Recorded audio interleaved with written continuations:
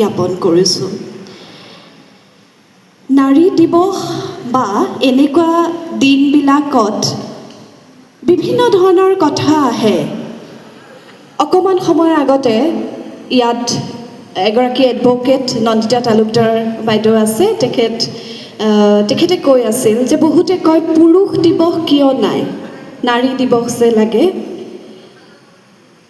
কাবেৰী বাইদেউৰ যিখিনি বক্তব্য আছিল সেই বক্তব্যখিনি আচলতে এটা ফ্লেশ্ববেকৰ দৰে। কিহৰ কাৰণে নাৰী দিৱস, কিহৰ কাৰণে লাগে, আৰু আজি যে আমি এনেকৈ থিয় হৈ দুআষাৰ কথা কৈ থাকিব পাৰিছোঁ সেইটো হৈছে নাৰী দিৱসৰ বৰ্তমান স্থিতি। গতিকে নাৰী দিৱস বছৰি লাগে। আমি এই বছৰৰ যিটো থিম গিভ টু গেইন, গেইনৰ কাৰণে কিবা এটা দিয়া, আচলতে নাৰীৰ সৃষ্টি, নাৰীৰ জন্মৰ লগে লগে এই কথাটো আহিয়ে পৰে, নাৰীয়ে দিব পাৰে, গিভাৰ। কিন্তু ফৰ গেইন এই কথাটো কিমান নাৰীয়ে ভাবে। সাধাৰণতে দেখা যায় ঘৰ এখনত নাৰী এগৰাকীৰ যিটো ভূমিকা কেয়াৰ গিভাৰৰ পৰা গৈ কেয়াৰ টেকাৰ হৈ যায়গৈ। ল'ৰাটো ওলাই গৈছে, ভাতকেইটা খোৱা নাই, ল'ৰাটো আহি নোখোৱালৈকে মাক ৰৈ থাকিব, আৰু ল'ৰাটোৱে আহি যেতিয়া কয় যে লগৰ ল'ৰাৰ বাৰ্থডে আছিল মই খাই দিলোঁ, মাকৰ তেতিয়া ভাতকেইটা খাবলৈ মন নোযোৱা হয়, কাৰণ ৰৈ ৰৈ ভোক মৰহি গ'ল। এয়াতো গিভ টু গেইন নহ'ল। 2026 চনত নাৰীসকলক নতুনকৈ এই কথাটো ভাবিবলৈ সুৰুঙা দিয়া হৈছে যে দিয়া, কিন্তু কিহৰ কাৰণে, গেইনৰ কাৰণে। তাত কেতিয়াও এনেকুৱা নহয় যে এইটো এটা খুব বেছি চেলফিছ নহয়, এইটো কেতিয়াও চেল্ফ চেণ্টাৰ্ড কথা এটা নহয়। বিকজ এভৰি ইণ্ডিভিজুৱেল, সকলো ইণ্ডিভিজুৱেলৰ নিজস্ব এটা স্থিতি আছে, আৰু সেই স্থিতিটোৰ কাৰণে যদি নিজেই নাভাবে পৃথিৱীত কোনেও আপোনাৰ হৈ সিমান ভাবিব নোৱাৰিব যিমান আপুনি আপোনাৰ কাৰণে ভাবিব।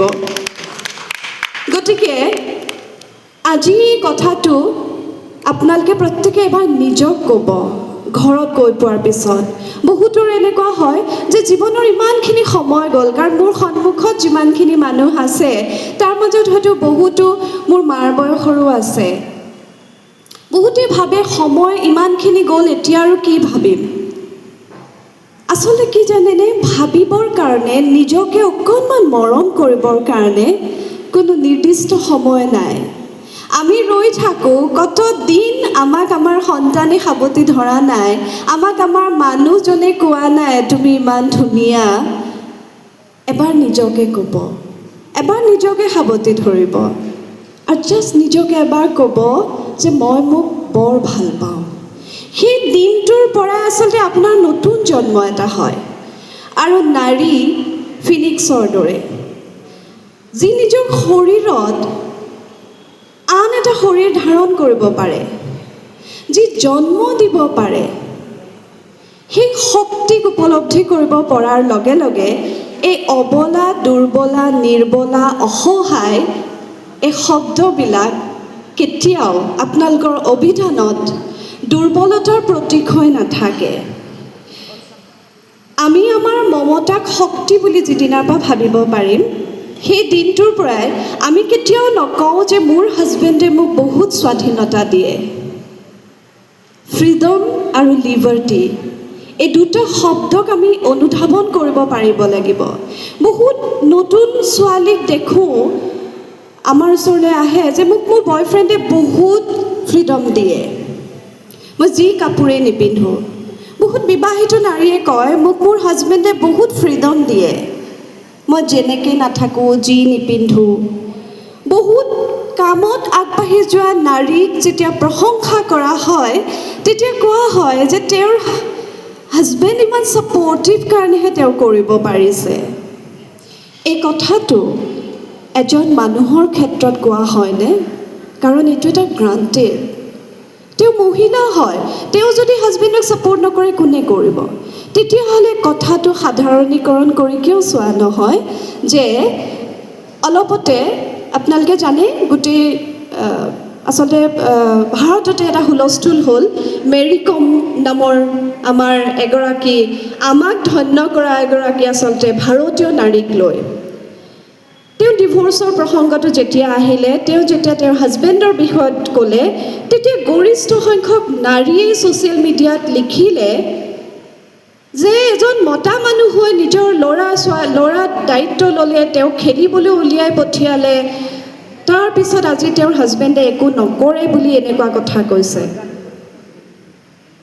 কিন্তু সেই যে সন্তান জন্ম হ'ল যদি মেৰী কম ঘৰত থাকিলেহেঁতেন মেৰী কমৰ হাজবেণ্ড কামত ওলাই গ'লহেঁতেন মেৰী কমে যদি ইমান বছৰ মূৰত ক'লেহেঁতেন মই তেওঁৰ সন্তান চালোঁ আৰু মই ইমান দিন এনেকৈ থাকিলোঁ মই নিজৰ কথা নাভাবিলোঁ এতিয়া মোক ডিভোৰ্চ লাগে তেতিয়া মানুহে কি ক'লেহেঁতেন নাৰীৰ নামত কলংক নাৰীয়েতো সন্তানক চাবই লাগিব কথাবিলাক আমি মানুহ হৈ চাব লাগিব আটাইতকৈ ডাঙৰ দুৰ্ভাগ্যটো কি জানে নাৰীক আজিৰ তাৰিখতো দ্বিতীয় পৰ্যায়ৰ নাগৰিক বুলি ভবা হয় মই সৰু সৰু ছোৱালী কিছুমানৰ লগত হোৱা কিছু অন্যায় আচৰণৰ সময়ত ছাপোৰ্ট পাৰ্চন হিচাপে থাকোঁ যাক পক্সো ছাপোৰ্ট পাৰ্চন বুলি কোৱা হয়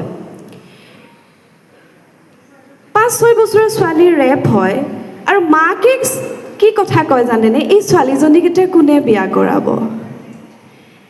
সেই ছোৱালীজনীক মাকে ক'ব পাৰিব লাগিব যে তোমাৰ অনুমতি নোহোৱাকৈ তোমাৰ শৰীৰটোক কোনোবাই যদি বেয়াকৈ চুইছে কোনোবাই যদি তোমাৰ শৰীৰটোৰ লগত অন্যায় কৰিছে তেতিয়াহ'লে প্ৰথম কথা মাক বাঘিনীৰ দৰে গুজৰি উঠিব পৰা হ'ব লাগিব দ্বিতীয় কথা ছোৱালীজনীক বিয়া দিব পৰা এটা কমোডিটি বুলি এষ্টাব্লিছ কৰাৰ প্ৰতিষ্ঠা কৰাৰ যিটো তাৰণা সেই তাৰণাটো বাদ দি সেই পশুৰ নিচিনা হাতবোৰ মুকুতাই দিবলৈ শিকিব লাগিব গতিকে প্ৰতি বছৰে সেইকাৰণে নাৰী দিৱস পালন কৰা হয় ইয়াত উপস্থিত থকা হয়তো কেইবাগৰাকীৰ নাৰীৰো এই মুহূৰ্তত এনেকুৱা মানসিক অৱস্থা হৈ আছে আই এম চৰি টু চে ঘৰত দুপৰীয়া ভাতকেইটা ৰান্ধি থৈ নাহিলোঁ এখেতৰ খং উঠিব নেকি মিটিংখন সোনকালে শেষ হ'লে ভাল আছিল নেকি ল'ৰাটোৱে খাবলৈ নাপালে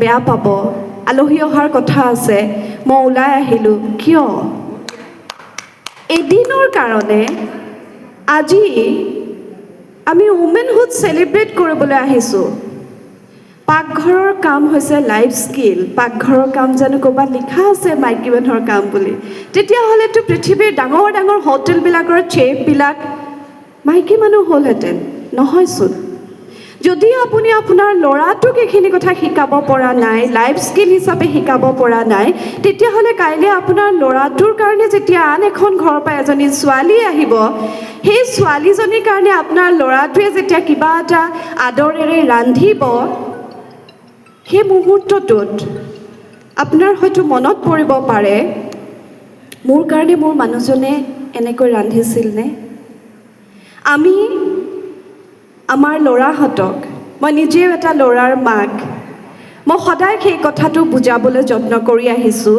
যে সন্মান তুমি যদি কৰা তেতিয়াহ'লে তুমি সন্মান পাবা এই কথাটো শিকোৱাটো বৰ প্ৰয়োজনীয় হৈ গৈছে নহ'লে আমি সদায় কওঁ অলপতে যে গুৱাহাটীত এজনী ছোৱালীক চুৰি মাৰি দিনৰ পোহৰতে মাৰি পেলালে তেতিয়াও মাইকী মানুহবিলাকে ক'লে এই বিয়াৰ পিছতো বেলেগ এটাৰ লগত সম্পৰ্কত থাকি এইখন হ'লে মাৰিয়েই পেলাব মাৰি পেলোৱাটো ইমান সহজ বিয়াৰ পিছত ডিভোৰ্চৰ পিছত কাৰোবাৰ লগত সম্পৰ্কত আছে যেতিয়া গম পাইছে মানুহটো বেয়া বা মানুহটো এনেকুৱা তেওঁ সম্পৰ্কটোৰ পৰা ওলাই আহিব বিচাৰিলে যিহেতু সম্পৰ্কটোৰ পৰা তেওঁ ওলাই আহিব বিচাৰিলে সেইটো এটা অপৰাধ হ'ল আৰু দিনৰ পোহৰত চুৰি মাৰি মানুহজনীক মাৰি পেলালে গোটেই ৰুটটো শিপাডাল যদি খান্দিবলৈ যায় তেতিয়াহ'লে সেই নাৰীগৰাকীক কিন্তু দোষী বুলি ক'ব নোৱাৰি কোনো কাৰণত এগৰাকী নাৰীক হত্যা কৰি পেলোৱাক জাষ্টিফাই কৰাটো এখন সমাজৰ এখন সুস্থ সমাজৰ এখন স্বাৱলম্বী সমাজৰ এখন সমান সমাজৰ কথা নহয় মৰিধল কলেজৰ এজনী ছোৱালীক যেতিয়া লাইব্ৰেৰিয়ানজনে সেই দিনৰ পোহৰতে চুৰিৰে আঘাত কৰি হত্যা কৰিছিল, তেতিয়া কোনবোৰ কথা ওলাইছিল? তাই তাৰ পৰা মোবাইল ল'লে, তাক ইমান বছৰ তাৰ পৰা টকা পইচা সৰকালে, এতিয়া তাক না ক'লে তাৰতো খং উঠিবই। পুৰুষৰ খঙক জাষ্টিফাই কৰা সমাজ এখনত যেতিয়ালৈকে আমি থাকিম, তেতিয়ালৈকে আমি নাৰী দিৱসৰ বক্তৃতা দি ঘৰ গৈ পোৱাৰ পিছত আমাৰ জীৱন সংগীৰ যেতিয়া খং উঠি থাকিব, আমি চুপে চাপে বাচন বৰ্তনৰ শব্দ নোহোৱাকৈ পাৰিলে তেওঁ বেছিকৈ মন যোগাই থাকিবলৈ যত্ন কৰিব লাগিব। সেনেকুৱা নাৰী দিৱসৰ কোনো অৰ্থ নাই। মাত এটা সদায়ে সন্মানৰ হকে আমাৰ থাকিব লাগিব। মাত এটা সদায় নিজৰ ভালপোৱাৰ হকে থাকিব লাগিব। নিজলৈ ভালপোৱাৰ ঘৰ এখন মনৰ মাজত ৰাখিব লাগিব। আপুনি খাই ভালপোৱা ব্যঞ্জন এটা ঘৰখনৰ সকলোৰে কাৰণে ৰান্ধিব পৰা পৰিৱেশ এটা হ'ব লাগিব, যাতে আপোনাৰ ল'ৰা ছোৱালীয়ে কয় আজি মায়ে ভালপোৱা ৰান্ধিছে।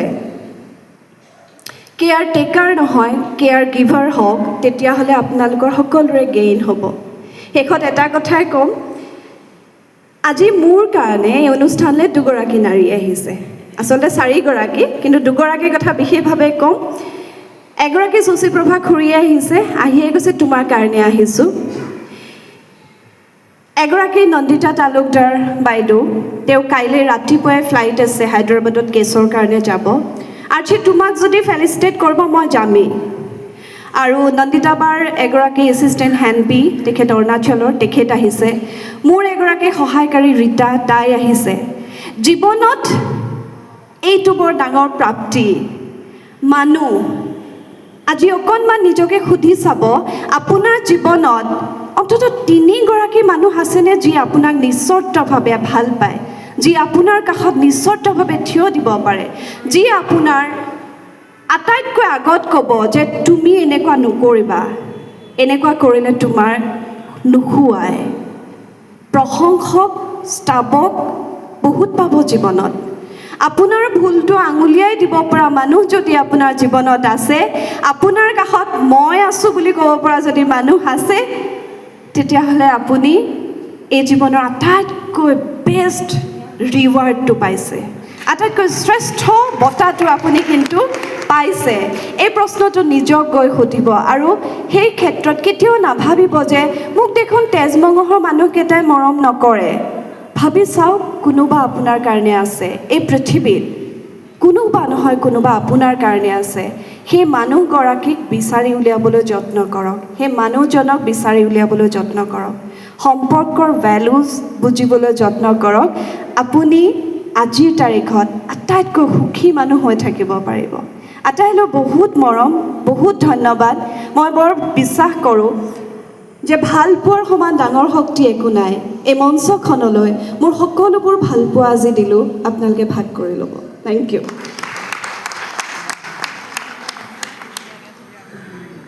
অশেষ ধন্যবাদ অৰ্চনা বৰঠাকুৰ। আপুনি হয়তো মন কৰিছে আমাৰ সকলো মহিলাই এই আজিৰ সভাত পিন ড্ৰপ চাইলেঞ্চ আছিলে, সকলোৱে অতি মনোযোগেৰে আপোনাৰ কথাখিনি ইমান ধুনীয়াকৈ তেওঁলোকে অনুধাৱন কৰিব পাৰিছে। আৰু আপুনি যিখিনি কথা ক'লে, সঁচাকৈ আমাৰ নাৰী শক্তি আমাৰ আৰু জাগৰিত হৈ উঠিছে। আৰু মই ভবাই নাছিলোঁ যে আপুনি বয়সটো খুবেই কম, সৰু ল'ৰা এটা, কিন্তু ইমান ধুনীয়া কথা, ইমান জনা কথা, ইমান, কাৰণ আপুনি ক'ব পাৰিছে প্ৰিয় বন্ধু, যিটো সংস্থাৰ লগত আপুনি জড়িত, তেওঁলোকক আপুনি পোহপা দি ডাঙৰ দীঘল কৰি তুলিছে, আপোনাৰ বহুত সন্তান, এইকাৰণে বহুত কথা জানিছে। আৰু আপুনি চাওক, প্ৰিয় বন্ধু মানে আপোনাৰ লগত কিমান প্ৰিয় বন্ধু আহিছে, তেওঁলোকক মই ধন্যবাদ জনাইছোঁ, অশেষ ধন্যবাদ জনাইছোঁ।